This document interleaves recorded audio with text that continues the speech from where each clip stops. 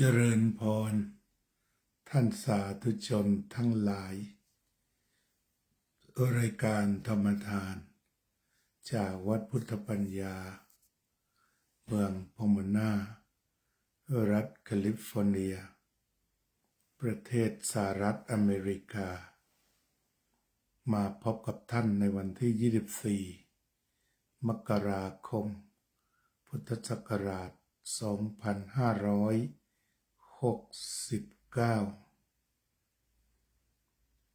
ในขณะที่การรณรงค์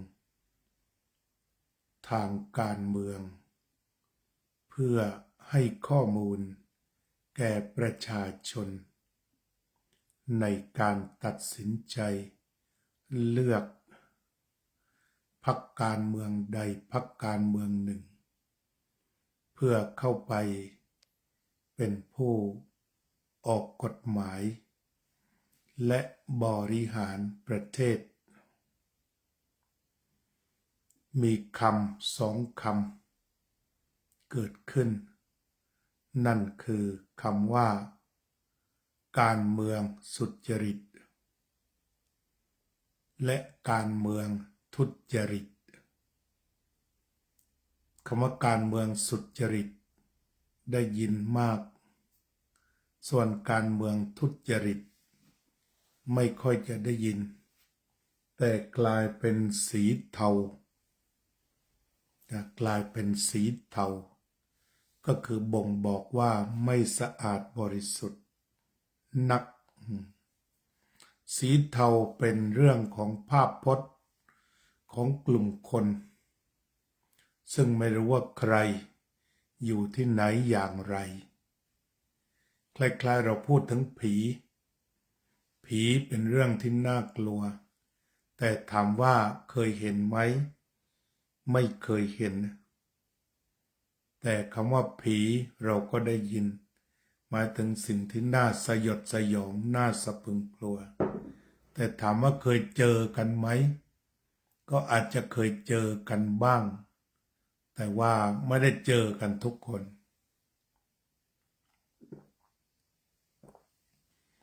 การเมืองสีเทาก็เช่นเดียวกันหรือข้าราชการสีเทาตำรวจสีเทาจีนเทาไทยเทาก็ไม่มีใครจะชี้ได้นอกจากนานๆจะจับกลุ่มได้สักครั้งหนึ่งก็บอกว่าอ๋อเทาออกมาแล้วแล้วก็มักจะหมายถึงการโกงการต้มตุ๋นเลยเรียกว่าการเมืองสีเทาหรือการเมืองทุจริต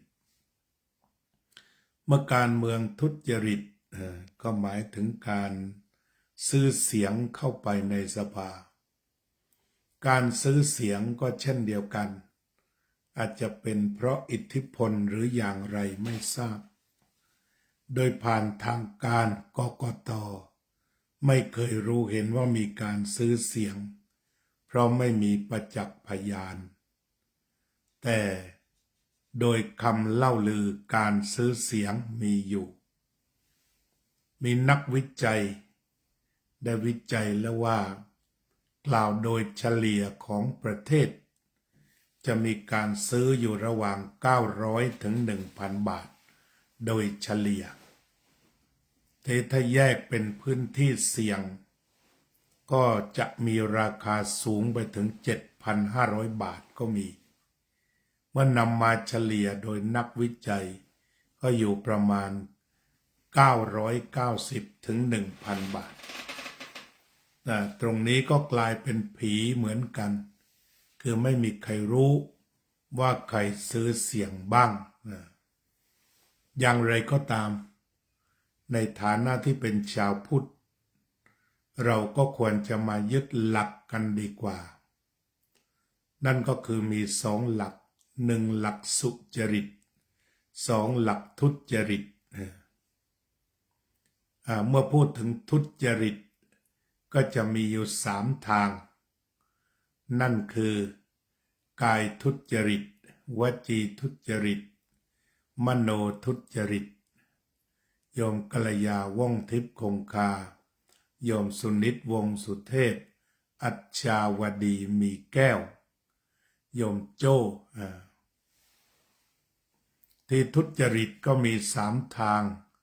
ทุจริตทางกายเรียกว่ากายทุจริตทุจริตทางวาจาเรียกว่าวจีทุจริตทุจริตทางใจเรียกมโนทุจริตกายทุจริตทำอย่างไรได้บ้างกายทุจริตก็คือการฆ่าการเบียดเบียนการทำร้ายเรียกว่ากายทุจริตวจีทุจริตมี4 อย่างพูดเท็จพูดคำหยาบพูดส่อเสียดพูดเพ้อเจ้อตรงนี้แหละก็ไปเทียบดูว่าท่านได้พบนักการเมืองคนใดที่พูดเท็จพูดคำหยาบพูดส่อเสียดพูดเพ้อเจ้อนักการเมืองนั้นเป็นนักการเมืองมีส่วนทุจริตแต่ไม่ทั้งหมดก็ลองดูเวลาไปดีเบตหรือพูดที่ใดได้พูดเท็จพูดคำหยาบพูดส่อเสียดพูดเพ้อเจ้อหรือไม่คือถ้าพูดนั้นแสดงว่าเป็นนักการเมืองที่ทุจริตก็ลองไปเทียบดูกันแล้วกันต่อไปทุจริตทางใจโลภอยากได้ของเขาพยาบาทคิดปองร้ายเขามิจฉาทิฏฐิเห็นผิดจากทำนองคลองธรรมอันนี้ก็ลองไปเทียบดูว่าพฤติกรรมของนักการเมืองใดที่มีความละโมบโลภมากคุณโยมมานพบุญเกิดโยมสุพรรณิกาฉายาลักษณ์มีความละโมบโลภอยากได้อะไรบ้างมาเป็นของตนอยากได้เสียงเยอะอยากได้ผู้สนับสนุนเยอะอยากได้อำนาจการบริหารอยากได้อำนาจนิติบัญญัติเรียกว่าโลภทีนี้ถ้าโลภจริงๆก็ต้องซื้อเสียงซื้อเสียงมันมาจากตรงนี้ซื้อเสียงเพราะละโมบว่าหากไม่ซื้อมันจะได้น้อยเพราะฉะนั้นละโมบเสียงปล่อยเป็นธรรมชาติไม่ได้การแล้วละต้องซื้อ นี่ตกลงว่าซื้อเสียงนี่มาตรงนี้เองมาจากทุจริตก็เพราะโลภะตรงไหนซื้อบ้างเราก็ไม่รู้หรอกเพราะการซื้อเสียงคือผีชนิดหนึ่งก็แล้วกันจุดมันมาตรงนี้มันโลภอยากได้เสียงเยอะอยากได้เสียงเยอะเท่าที่มีบทเรียนก็คือถ้าว่าไม่ซื้อก็จะไม่ได้ประมาณนั้นเพราะฉะนั้นโลภะนำไปสู่การซื้อเสียง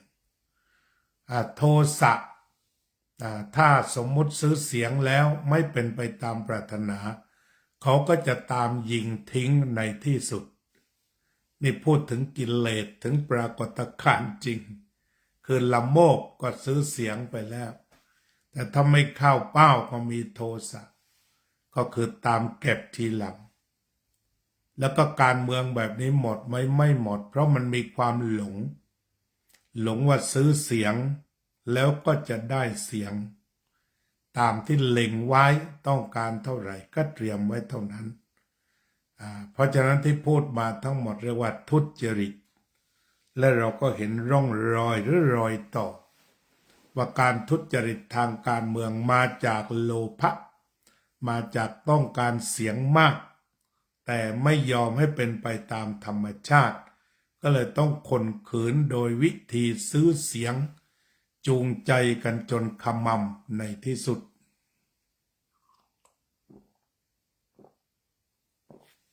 มาจากความโลภนี่เองที่ทำไม่เป็นไปตามปรารถนาก็โทสะนั้นเราก็จะเห็นการดีเบตมีการแสดงออกซึ่งอาการโทสะเยอะแยะไปหมดประดุจจะฟาดปากกันก็มีจะปาบกันก็มีอันนี้ก็โทสะหากนักการเมืองแสดงโทสะก็แสดงว่าทุจริตทางใจคุมใจไม่ได้ โลกสมัยใหม่โลกปัจจุบันผู้ชมหรือผู้บริโภคสื่อสังเกตแล้วก็คอยดูว่าใครขี้โกรธบ้าง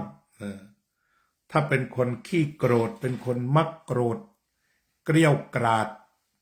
ก้าวร้าวสังคมจะประณามว่าไม่มีวุฒิภาวะนั่นคือหมายความว่าสังคมทั่วไปยังยึดจริยธรรมเป็นหลักในการตัดสินคนที่จะเข้าสู่อำนาจทางการเมืองถ้าใครเกรี้ยวกราดด่าทออย่างไร้เหตุผลทัวร์ก็จะถล่มเลยเพราะฉะนั้นประชาชนก็เป็นผู้ควบคุมจริยธรรมอีกต่อหนึ่งใครแสดงอะไรไม่เหมาะไม่ควรก็จะถูกถล่มจากฝ่ายสื่อทั้งหลายโลกอยากได้ของขอพยาบาทคิดปองไร้เขาเห็นผิดจากทำนองคลองธรรมมีความเกรี้ยวกราดต่างๆก็จะถูกประณามถูกควบคุมโดยประชาชนผู้ตระหนักในจริยธรรมและศีลธรรมอันดีงามนี่ก็คือเรื่องของเรียกว่าสุจริตทุจริตทีนี้ต่อไปในทางตรงข้ามสุจริตคืออะไรสุแปลว่าดีงามง่ายจริตะแปลว่าประพฤติดีประพฤติงามประพฤติง่ายเราก็ต้องย้อนมาดูทั้ง10นั่นแหละเราเรียกว่าอีกอย่างหนึ่งว่ากุศลกรรมบท10หรือมนุษยธรรมที่ทำคนให้เป็นมนุษย์กล่าวคือไม่ลักทรัพย์ไม่ฆ่าสัตว์เมตตากรุณาต่อสัตว์นั่นถึงรวมทั้งไม่ฆ่าคนถ้าจะประยุกต์ก็คือไม่เป็นมือปืนสุจริตก็ต้องไม่เป็นมือปืนไม่อยู่ในซุ้มมือปืนไม่จ้างฆ่าคนไม่รับจ้างฆ่าคนอันนี้ก็เรียกว่าเป็นข้อที่หนึ่งของกายสุจริตวจีสุจริตก็คือมีการพูดดีโดยไม่พูดเท็จแต่พูดแต่คำจริงไม่พูดคำหยาบพูดคำไพเราะไม่พูดส่อเสียดพูดตรงไปตรงมาไม่พูดเพ้อเจ้อพูดแต่สิ่งมีสาระนี่เราว่าเป็นสุจริตเพราะฉะนั้นเวลาดีเบตเราก็ต้องจับตาดูว่านักการเมืองคนใดสุจริตจะไม่พูดเท็จไม่พูดคำหยาบไม่พูดส่อเสียดไม่พูดเพ้อเจ้อ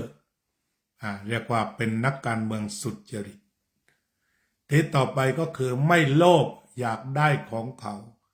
ไม่พยาบาทคิดปองร้ายเขาไม่เห็นผิดจากทำนองคลองธรรมเรียกว่าไม่โลภคือทำการเมืองตามธรรมชาติ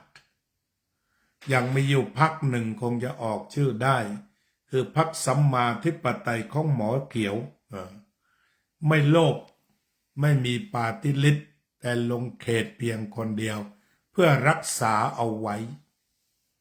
แต่ทำอะไรประชาชนขอร้องแล้วขอร้องอีกและมีความพร้อม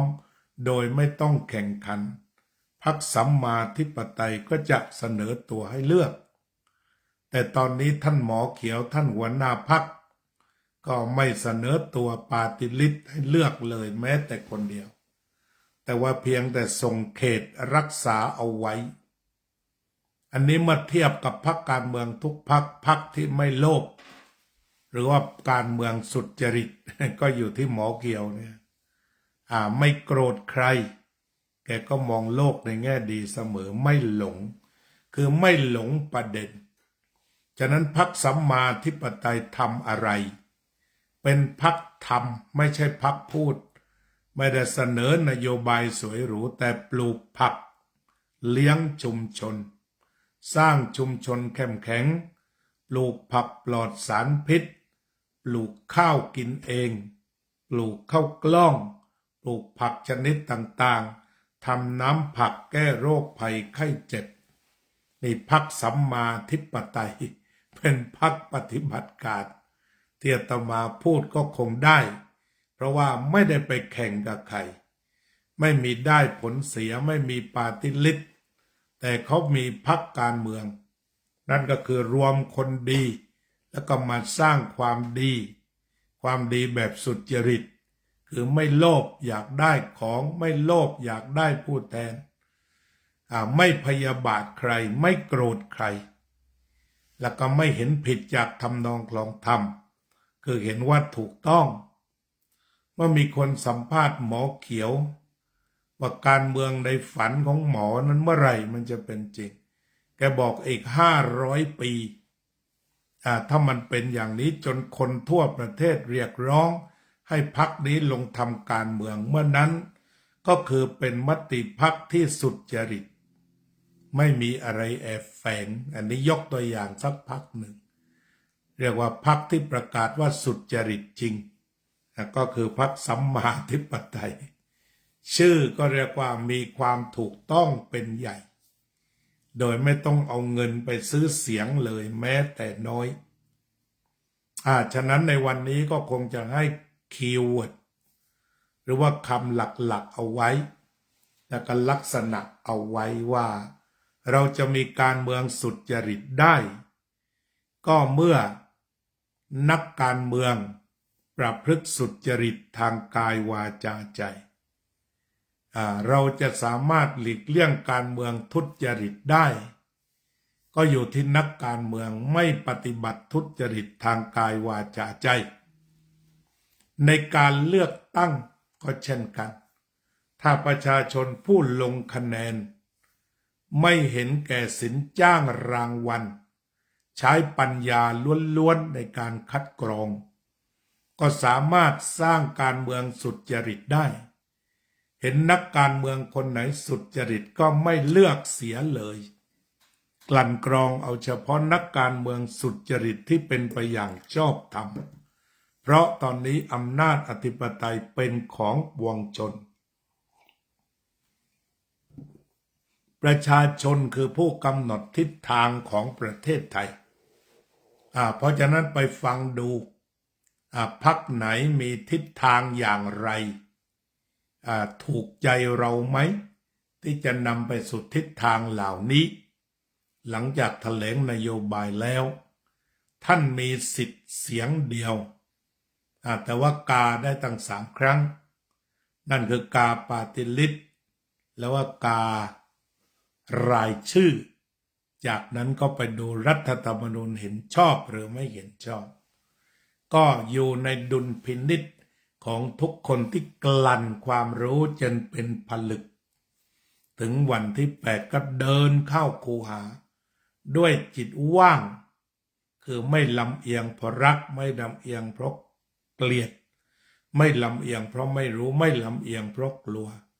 แล้วทำหน้าที่ตั้งใจย่อนบัตรเพื่อที่จะประกาศว่าฉันจะนำทิศทางประเทศไทยไปทางนี้คือจึงจำเป็นจะต้องฟังแนวนโยบายที่มันถูกใจมันโดนใจอันไหนบ้างเนี่ยเลือกตรงนั้นเลยถูกใจข้อไหนบ้าง10 ข้อถูกข้อเดียวก็เอาดีกว่าไม่มีอะไรเป็นฐานของการเลือกตั้งแล้วก็คาดว่าการเลือกตั้งสุจริตเกิดขึ้นได้อย่างแน่นอนสำหรับวันนี้ก็พูดสุจริตทุจริตไว้แค่นี้ก่อนเรามาทำสมาธิกันสักนิดตามที่เคยทำมา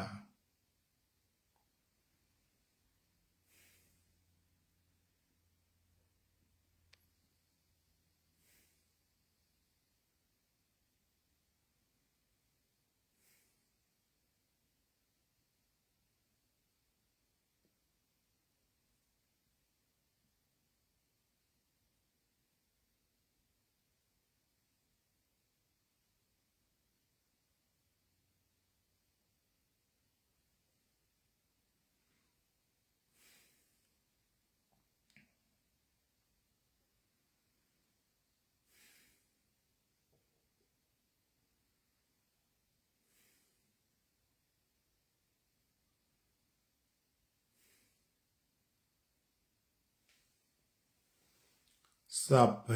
สัตตาสัตว์ทั้งหลายที่เป็นเพื่อนทุกข์เกิดแก่เจ็บตายด้วยกันทั้งหมดทั้งสิ้นอเวราโหนตุ